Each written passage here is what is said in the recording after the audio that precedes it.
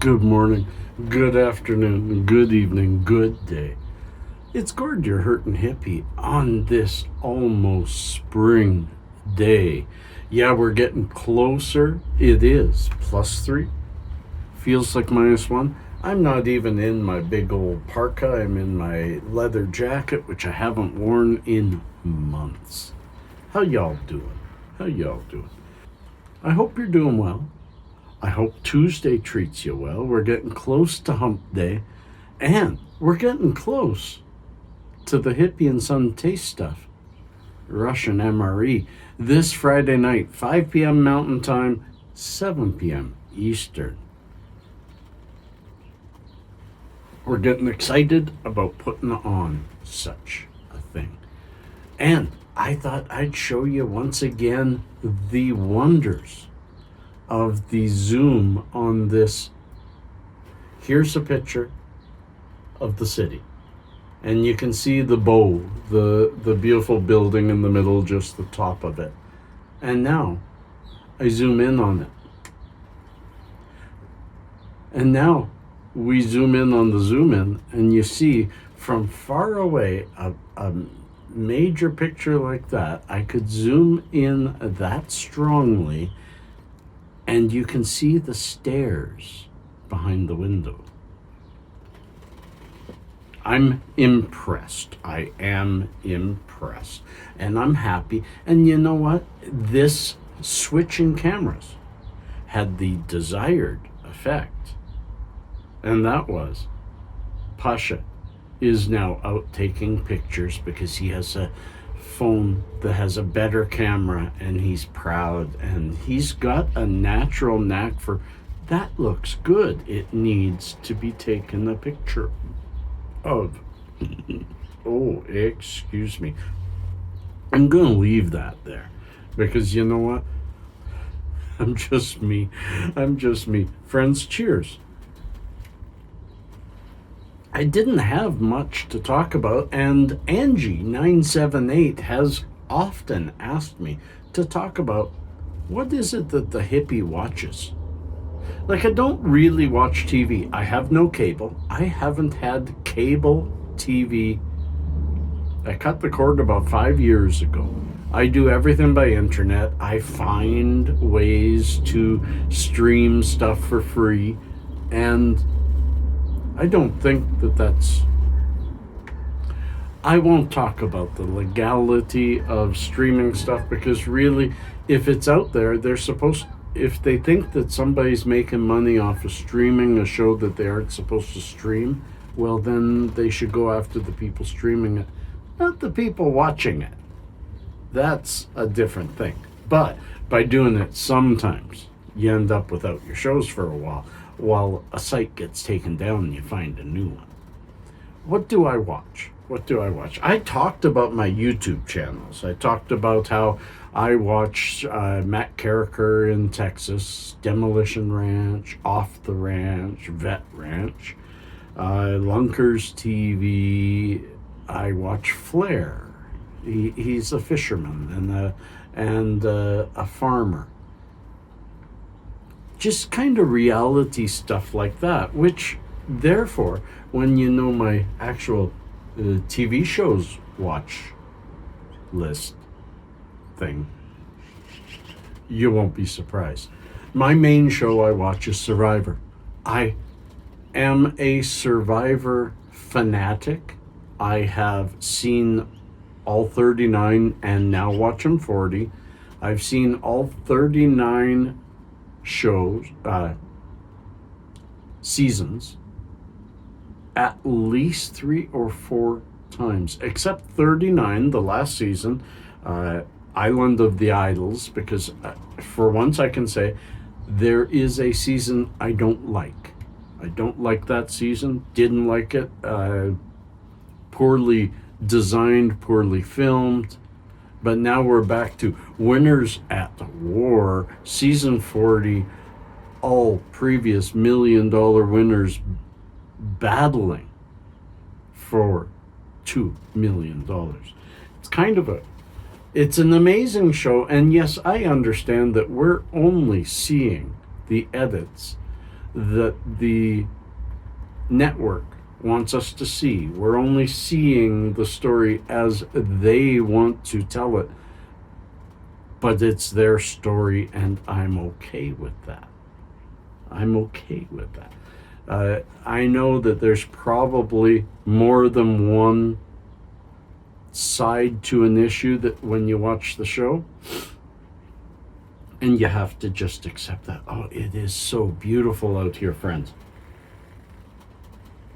And keep them with that. I mean, Survivor's only twice a year and once a week, so that's kind of difficult to make that the only thing I watch. No, I also watch Australian Survivor. That's only once a year, but they're 3 times a week, and they go a lot longer. They go 59 days, I think it is. They start off with a lot more people, and it's actually quite a bit tougher.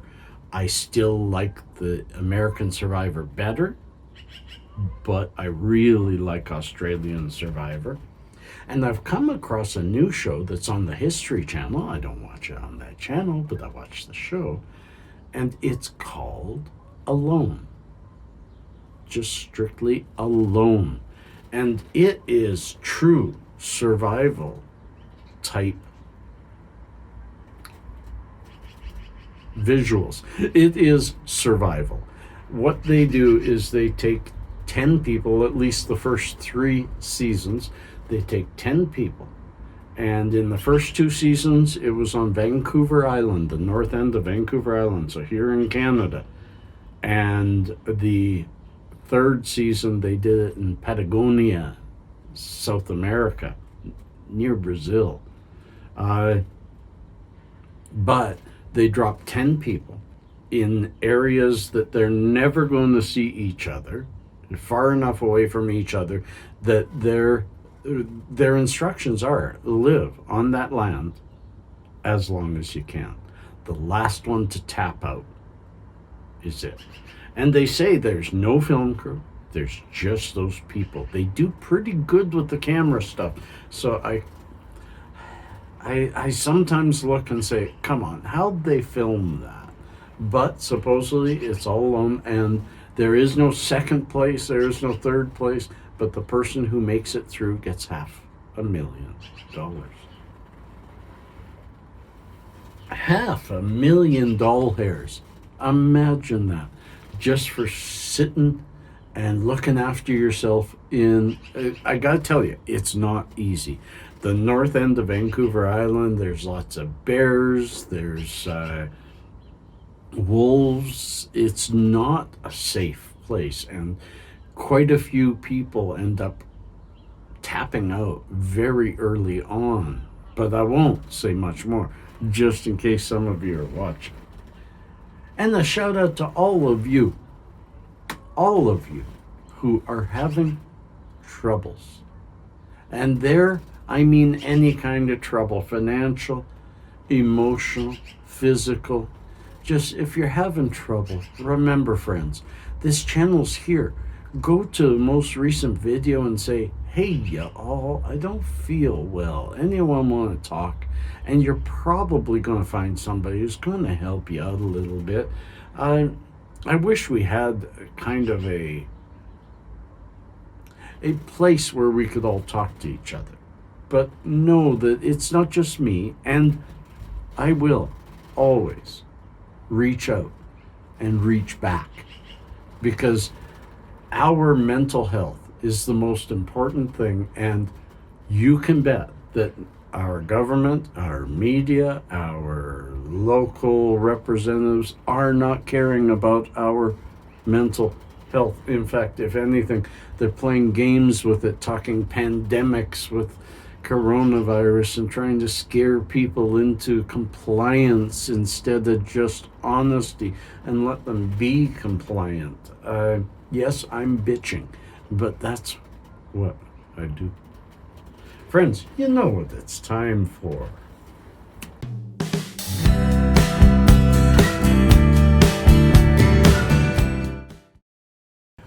Our little known facts are now about history, and I think it's kind of cool to learn some of these things. For instance, the Colosseum was originally clad entirely in marble. We don't see any marble anymore, of course, but you would think marble would last so long. But when you visit or see the Colosseum, you'll notice how the stone exterior is covered in pockmarks all across its surface. Whilst you might assume this is just degradation of the material due to its age, it's actually because it was originally clad almost entirely in marble. The reason for the pockmarks is after the fall of Rome, the city was looted and pillaged by the Goths. Yes, I said the Goths. Not that Goth, but the Goths. They took all the marble from the Colosseum and stripped it mostly down to its bare stone setting. The holes in the stone are from where the iron clamps and poles attach the marble cladding to it have been ripped out. That's amazing. Next, it was named the Colosseum because it was next to the statue of Colossus. It was originally known as Amphitheatrum Flavium, or Flavium Amphitheater. It was constructed during the Flavian dynasty. Residents of Rome nicknamed it the Colosseo. This was due to the fact that it was built next to a 164-foot statue of Emperor Nero, known as the Colossus of Nero. Now that's kind of interesting. What if they didn't name it Colosseum? What would we call our Colosseums? Flaviums? Weird. And this one I really like, and we'll end here. Rasputin. Yeah, Rasputin. There's been songs written about that. Grigory Rasputin was a Russian mystic and supposed holy man. He became friends with the Russian Tsar and Tsarina. Over time, he came to influence the Russian royals, much to the displeasure of many members of the Russian nobility. This, combined with his drunkenness and lechery, led several Russian nobles to forming a plot to assassinate him. To their they invited him over to one of their houses, gave him cakes and wine laced with cyanide, all to no effect, and then shot him in the chest. To their horror, Rasputin started to cough, and they realized he was still alive. How'd they fix the problem? The nobles shot Rasputin 2 more times, once in the head. Finally, they threw his body into the frozen Malaya Nevka River. Amazing. Rasputin. I might even play a little song there. And, my friends, we are at the end. 13 minutes in, or whatever time it is once I do the editing, and it's time for me to get busy. We've got a busy week. I've got my son staying with me for the week, for the night, and so I got to take him to school tomorrow, so tomorrow's video might be a little bit late. Peace and cheers. Love and harmony.